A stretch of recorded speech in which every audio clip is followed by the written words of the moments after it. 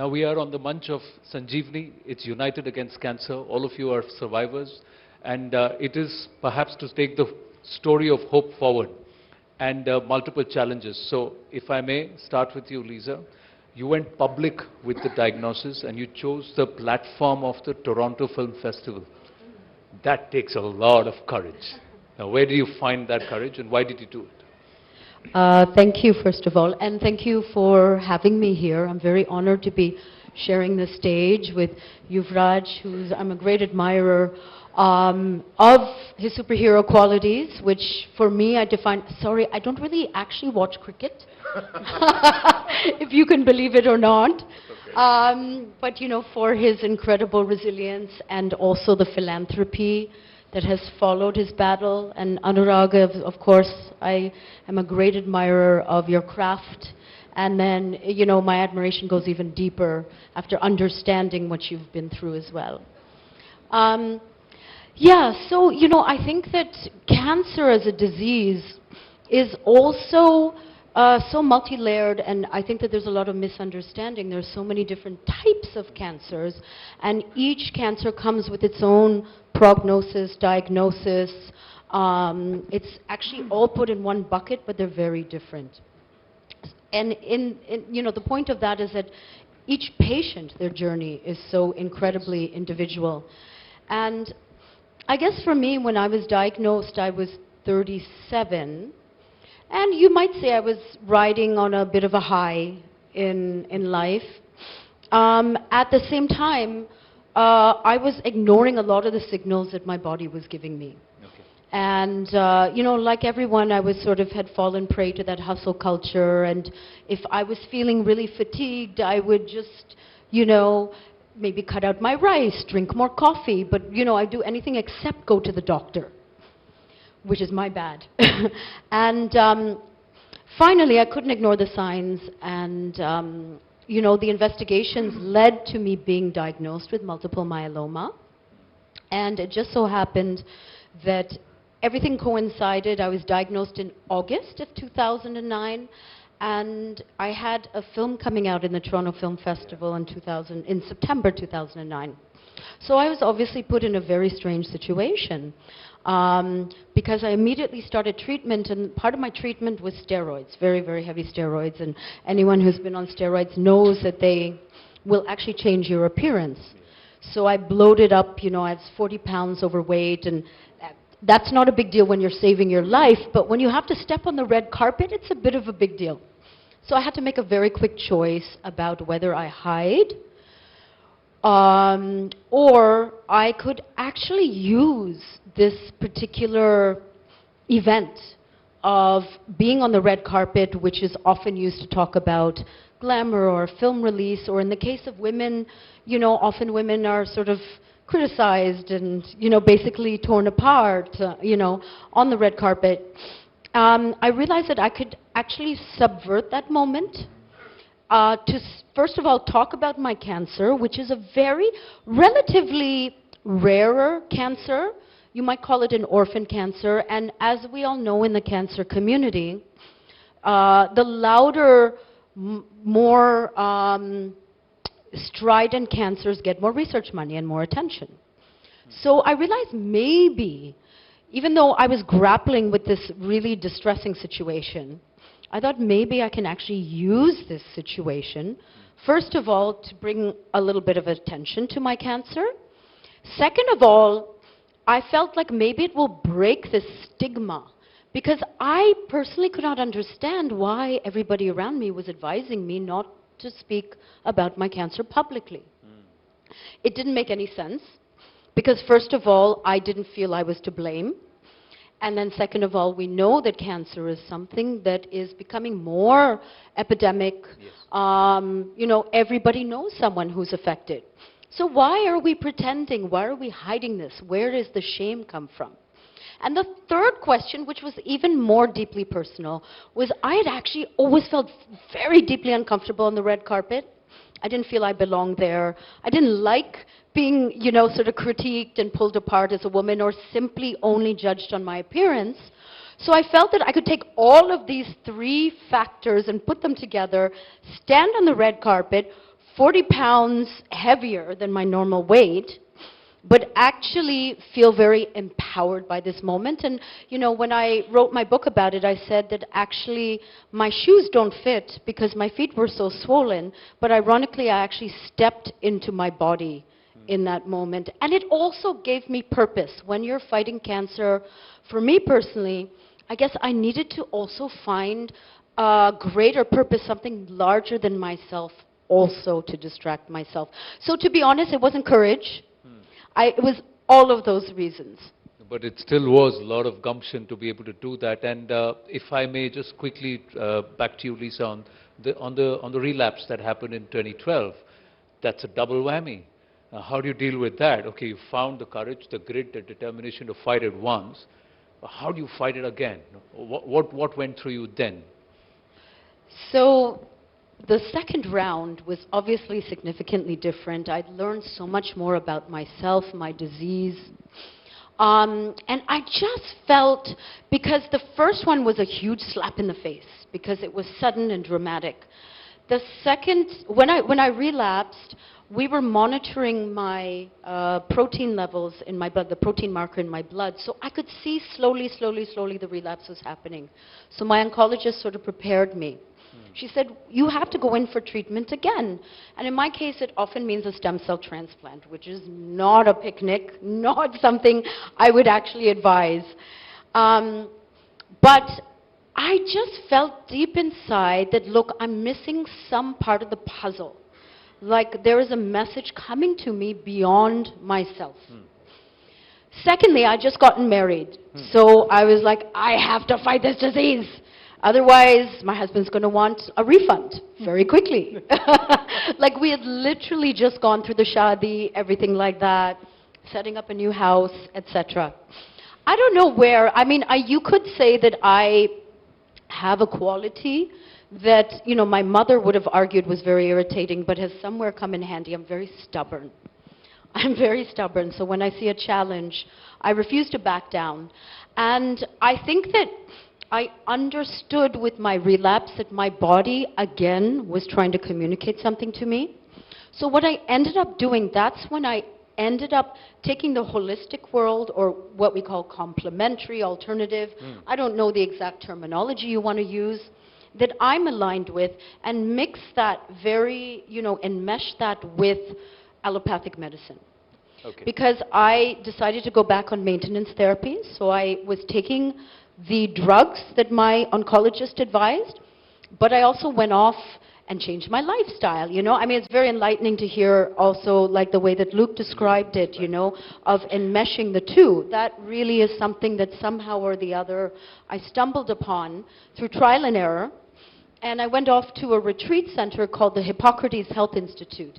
And, you know, this is a very famous thing. I know it's been said before, but it bears saying again that Hippocrates, you know, all the doctors take the Hippocratic Oath, right? In order not to harm patients, etc. But Hippocrates apparently very famously said, let food be thy medicine. And we don't talk about that enough.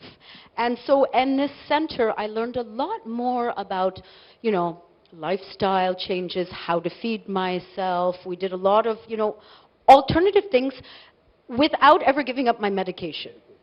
So it was not one at the expense of the other. It was actually became a beautiful marriage. And you might say that I'm still propped up by that marriage even today. So that's, you know, and by the way, a very quick thing. So my oncologist was very skeptical about all of this.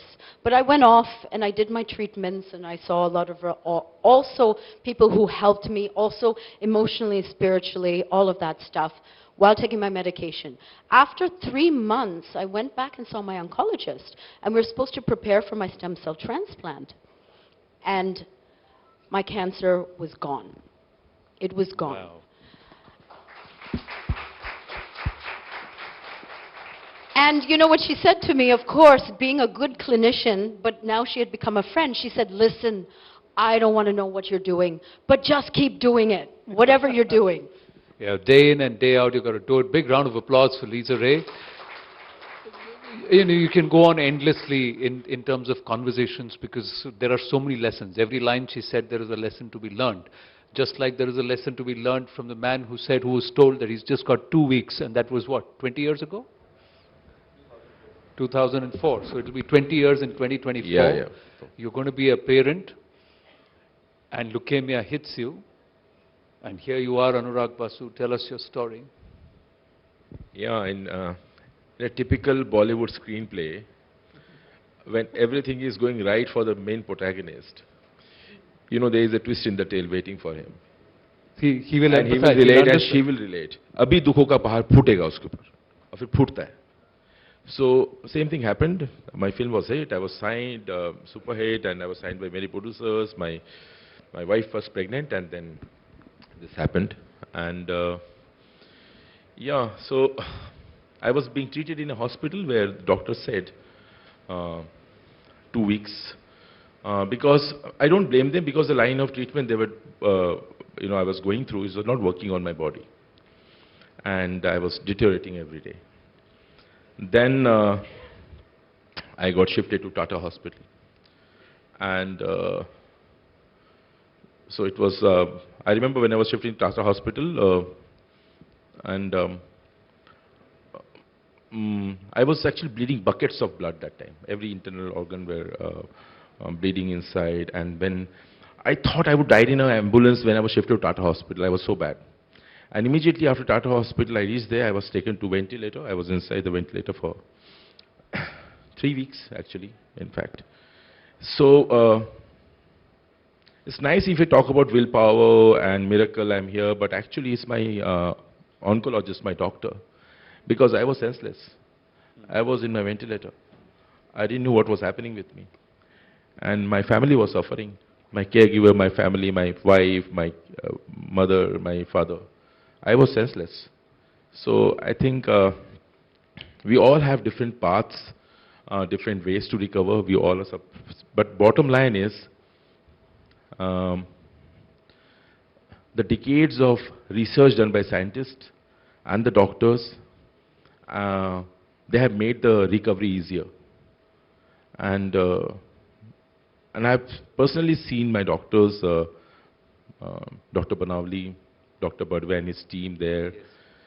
They are amazing people. I've seen them. The day in an oncologist's life is much longer than ours. I believe I'm a workaholic, but they are work fanatic. They are amazing. And it takes a lot of courage. This, I think, and it's very important for any treatment to have that trust with your doctor. Yeah. And yeah, that was it. And so yeah, first, after the whole, when I came back to the ICU, the first hurdle was over. I was out of ventilator. Yeah, then there was a small fight. The first thing I really wanted, I was not sure how long I'm going to live because my body was saying I'm not well. So I made small target. The first target I made, I want to see my baby's face. Yeah. That's the first thing I told myself. That kept me moving actually. I just really wanted to. So that's how I just... So 2 weeks became 2 months, 2 months became 2 years, and yes, now absolutely. It's going to be 20. All thanks to my doctors and the team, amazing dedicated team of Tata Hospital. I would not take any credit because... Did you change anything? Kuch badla apne after that? Did you change anything in your lifestyle, in your approach to life? Lifestyle तो देख रहे हो आप थोड़ा सा मैं वजन lifestyle बहुत ज़्यादा बदला नहीं, sorry. लेकिन हाँ, मतलब outlook towards life got changed completely. I see life differently now. My movies got changed. The story I tell got changed. अपने आप हो गया ऐसे. It was effortlessly and yeah, actually, what? It never. I embraced cancer very soon.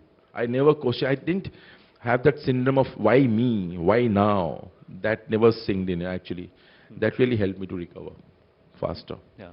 If you don't get into that self-victimization, self-pity kind of thing, aa gaya, chalo kuch karte hain. Let's do something about it. Exactly. But it's not as easy, isn't it, UV?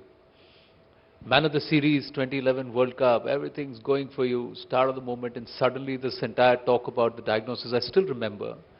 Not easy. And you've gone further, you've not just beaten it, you've come back, and then you've started UV Can, so it's a lovely journey. But take us through, how did you pull through? Kaise kiya? Well, first of all, listening to Mr. Basu's story. Obviously, I heard about it, but when you actually listen to it, you can actually relate to what the person has gone through. And obviously, with Lisa, hearing her story, it amazes me that she's done it twice. She's fought twice. I would say probably the strongest person in the room right now. I don't think if I would have to go through it again, how would I fight it? So, it's easier said than done. Yes, you don't watch cricket, but I watched a lot of your films and had a big crush on you when I was younger. I knew this was coming. I thought it's a cancer event. I shouldn't be saying these things, but I'm an honest guy. No, but you're not the only one. Yeah, Yeah, I'm sure. You बाकी लोगों के पास mic नहीं है ना. Mic मेरे पास है तो मैं बोल सकता हूँ. But coming back to being a survivor in the room, being a fighter, I think when you talk about, when I relate to people on the dais, I think it's a fight within. It's a struggle from inside, which only you understand, and your family members have gone through. Like Lisa, if I would relate to your husband, probably would be very proud of that guy that he stood by you when you got diagnosed of cancer again. So in our families, my mother has seen me. It's like she's giving me birth twice because she was there through the journey. And as you said, 2011 World Cup, when we won, probably the highlight of my career. We won the World Cup after 28 years. I was, 29 years old. I was probably the peak of my career. I was speaking towards, maybe breaking some more records, but unfortunately, when the doctor told me that I have cancer, I'm like, this guy is definitely not a doctor, because how can I have cancer? I'm an athlete who trains 5-6 hours a day. I eat well. I'm a superior gene, which I'm not. Now I understood that. And life strikes you in a way which you are not expecting. And you realize that you're just another human being. And, that obviously I started searching that, more than 8 lakh people in India were going through cancer. And then you realize that, it can happen to you. So it took me a while to come to terms with it. And I was playing and I was getting worse.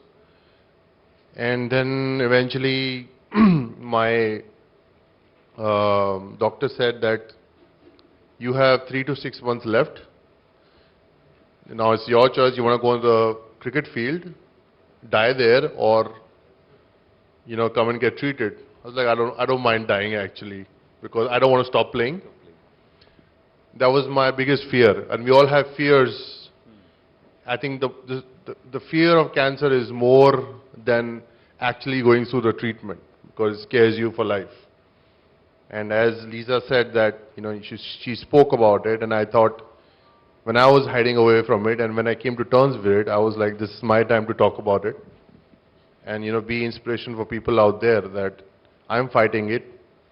I'm sure people in your family are fighting it, and, together we can do this. I mean, that was the whole reason of me coming up with my foundation, that UV Can meant was that we together can fight cancer. That was the reason why I wanted to come back and do something for my society. And, realizing that how cancer is harming our society. So I think through the journey, I got a lot of inspiration out of it, inspired a lot of people. And here I am with the survivors in the room, marching forward.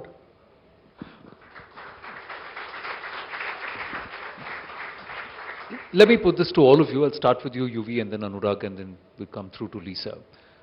What would you peg, because the idea is one screening, the other one is, detection, then you look at treatment. The earlier you detect, the earlier you screen, the better. But in your experiences, what is the one thing, if is changed, you stand a higher probability of beating this disease? Well, as Anurag said, that your perspective changes of life, and you might look weak from the outside, but you're much stronger from the inside. And Obviously, your lifestyle changes, you have to change your diet and you have to look after your body like a little baby. But the point is that mentally it definitely makes you stronger from inside. And like early on, probably if you break a finger, break a leg, you go through surgery, you're always thinking, why me? And I think after cancer, like everything becomes very secondary now because you've gone through such a tough battle in life, everything becomes like, it's just fever. It's going to subside in 2 days. I broke my leg, probably will fine in a month. So everything looks pretty mediocre. And then your perspective in life changes that I am ready now for anything in life, whatever comes. And I think that's the kind of inspiration you want to bring out in people who are following you, who listen to you. That if I can come back to where I belonged, I'm sure you can come out from your adversity as well. I think that's the kind of people we've become now.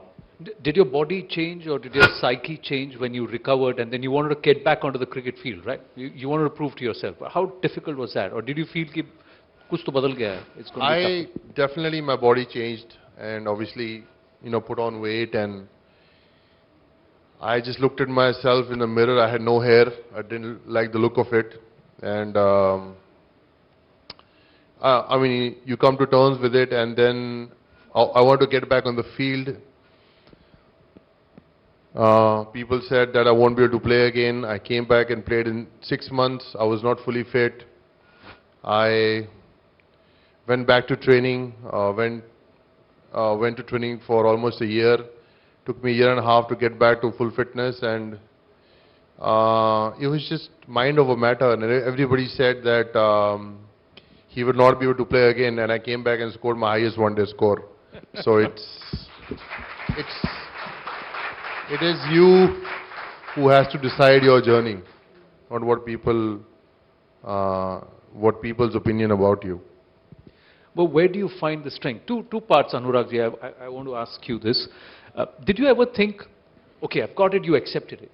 Did you go back and think, how did I get it? Not about why did I get it, how did I get it? And the other aspect is, can everybody really dig deep in their heart and their head, say, all right, I've got it, let me fight this out? It's not that easy as it is to say it. Yeah, as I said, everybody has their own method to fight it. And yeah, I had that question, why, from where, reasons. I asked everybody, I Googled, I asked my doctors, but nobody knew the real reason why I got that cancer. And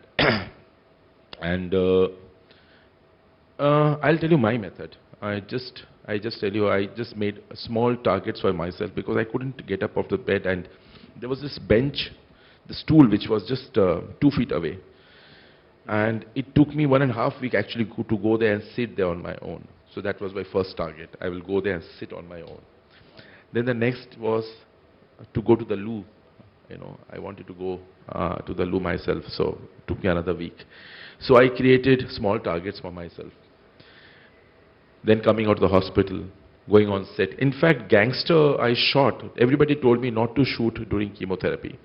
I asked my doctor, Dr. Banavli, I said, sir, I'll take all my precautions, let me shoot. And I think I was in Korea, I was shooting that film.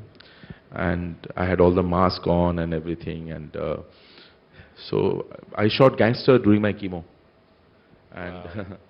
So that was, so I think by working, that kept me away because, it's the only thing, which makes me positive is the work, creative work, thinking of stories, directing. The thing I love, whatever, you love, whatever you're passionate about, put your mind into that. And that becomes easier to fight the disease, actually. I thought I should be going on set and directing movies to fight with it. So that was my method, actually. So stick to your passion and love your passion to yeah, absolutely. Whatever drives you, whatever makes you happy. Whatever makes you happy. Yeah, I made a playlist of Kishore Kumar's song because it made me happy. I used to listen to that in hospitals. Whatever made me happy.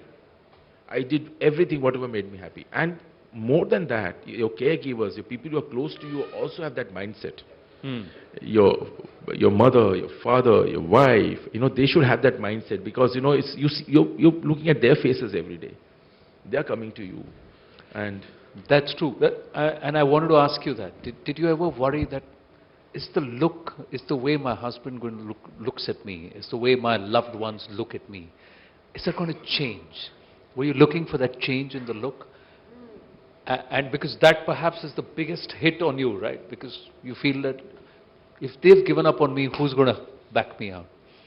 Did that worry you? Yeah, that's a very interesting and good question. See, fortunately, in my second round, I didn't lose my hair, I didn't change physically. I actually improved physically because, you know, of my story of combining my allopathic and my holistic. The first time round, I changed significantly. And, you know, I remember I took a selfie of myself and I started writing a blog. The Yellow Diaries. The Yellow Diaries. Yeah, you've done very good research. And, you know, the secret today that I can share is that I actually am a thwarted writer, or now not so thwarted. I'm an accidental actress. I always wanted to be a writer. And, you know, again, when you're dealing with cancer and your mortality, and, you know, you have nothing to lose. You just throw yourself out there, just like what you were saying, Anurag. I realized that I've always loved writing more than anything else, even acting. So I said, how do I get through this? Let me write. So I chronicled my, you know, my experiences in this blog that later on turned into a book, and now I'm writing my next book. And that is, you know, it's ironic that cancer helped me to really commit to a passion that I'd hidden my whole life. So there were unexpected gifts, but of course you have to survive cancer in order to discover them. But I wanted to actually say something, sorry, circle back to something that Anurag had said about, you know, again, the appreciation he was expressing to his doctors and, you know, the medical community. I want to just share that my disease, multiple myeloma, when I was diagnosed in 2009, I was given approximately 5 years to live. And, you know, if you had been diagnosed a decade before me, because I know someone who had been, you were given 1 to 2 years to live. And today, if you are diagnosed with multiple myeloma, it is almost transformed into becoming a chronic disease, as in something that is like diabetes.